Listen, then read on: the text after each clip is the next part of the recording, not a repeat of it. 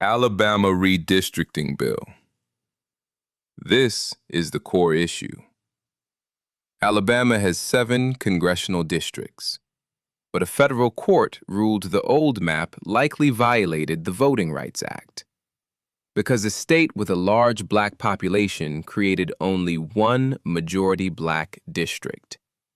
So the courts stepped in, and a new map was forced into place, creating 2 districts where black voters had stronger voting power.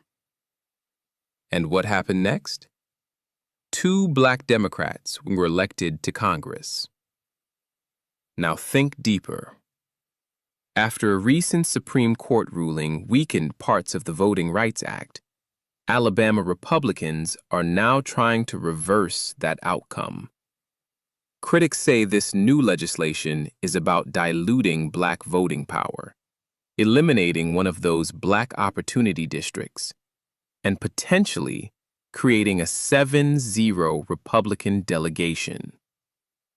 You see, this is why people no longer trust the language of democracy. Because the moment the people begin to change the outcome, the system suddenly wants to change the map. Think about the insanity of this for a second.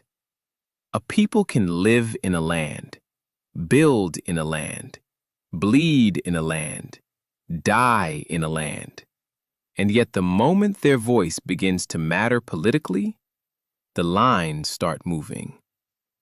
Not the morality, not the greed, not the corruption, the lines. They call it redistricting, but many of you see it for what it really is.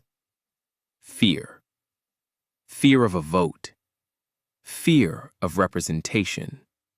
Fear of a people who were never supposed to wake up politically. And now you have officials openly speaking about wanting the 14th Amendment overturned, the very amendment created after slavery to establish citizenship and equal protection under the law.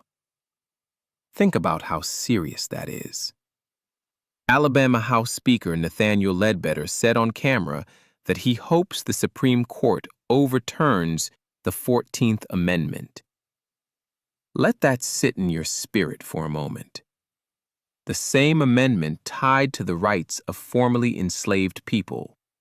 The same amendment used to challenge segregation. The same amendment connected to equal protection. And people still ask why others speak of systemic power? You don't have to imagine it when they are telling you themselves. This is why know thyself matters. This is why memory matters. This is why understanding history matters. Because a people without memory will watch history repeat itself while calling it politics.